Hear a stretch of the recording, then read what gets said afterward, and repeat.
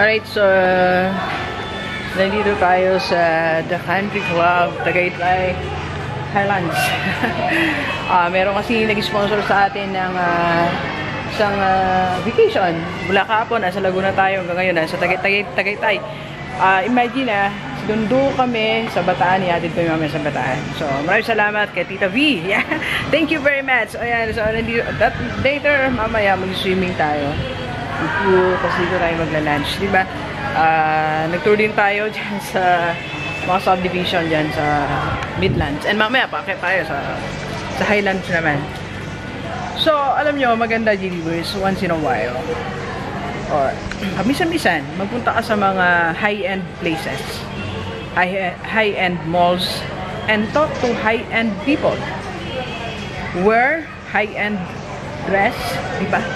Once in a while. You know what and why? Alam nyo, pagka nasa ganitong klase kang lugar, parang merong bahagi ng buhay mo na gustong mangarap. Diba? Merong part ng buhay mo na parang, wow, one day parang gusto ko dito tumira.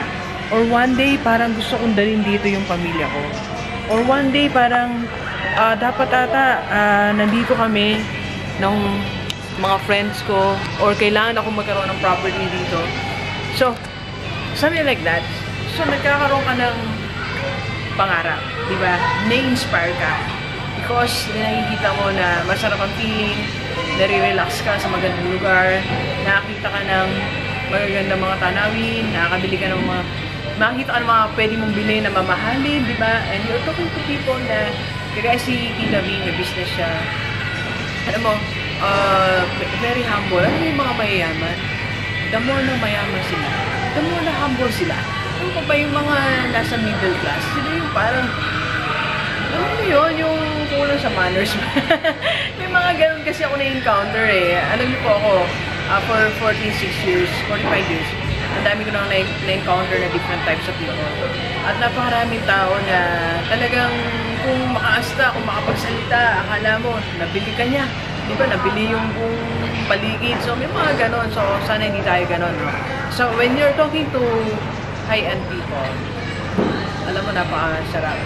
Na-inspire ka kanina, nagbigay siya ng word of wisdom. Diba?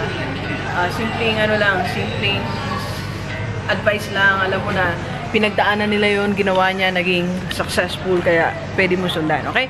So, muli, nandito tayo sa Tagaytay Highland. And sinasabi ko po, bago tayo maba ng usap, because magla-lunch na kami, try to visit once in a while yung mga lugar na pwedeng puntahan ng family mo. Like, so ngayon ay summer kasi. Kung di ka nakapag-prepare ngayon, so pwedeng December vacation.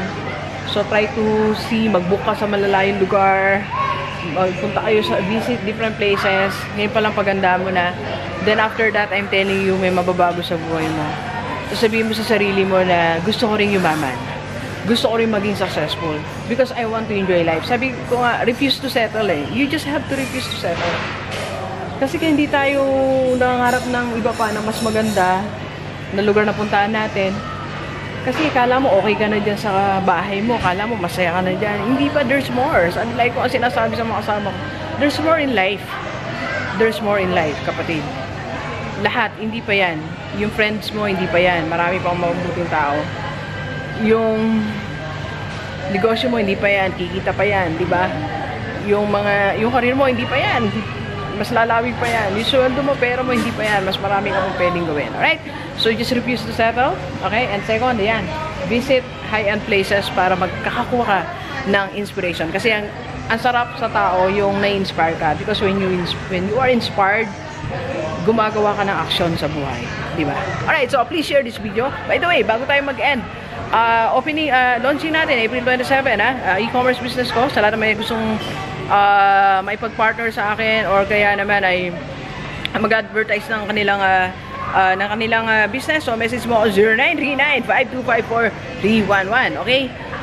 And sa mga gusto naman na punta ko yung mga lugar, sabi ko nga, this June, birthday month ko po June, birthday month ko. So, ibig sabihin, meron akong June exploration. I will explore bandang Mindanao, bandang mahalay lugar. Basta wag lang sa Bataan, okay? So, pupuntahan ko po kayo.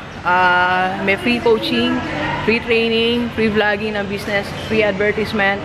Basta, sagutin nyo lang po yung vacation ko with my team. Alright, so thank you very much. Message lang kayo. Thank you very much, Delivers. Enjoy the rest of the day. And muli, salamat kay Tita B, 2 days vacation, 24 hours, more than 24 hours. Sinagot niya lahat ng expenses natin. Maraming salamat. Thank you very much, Delivers. Enjoy the rest of the day. Let's go, let's go.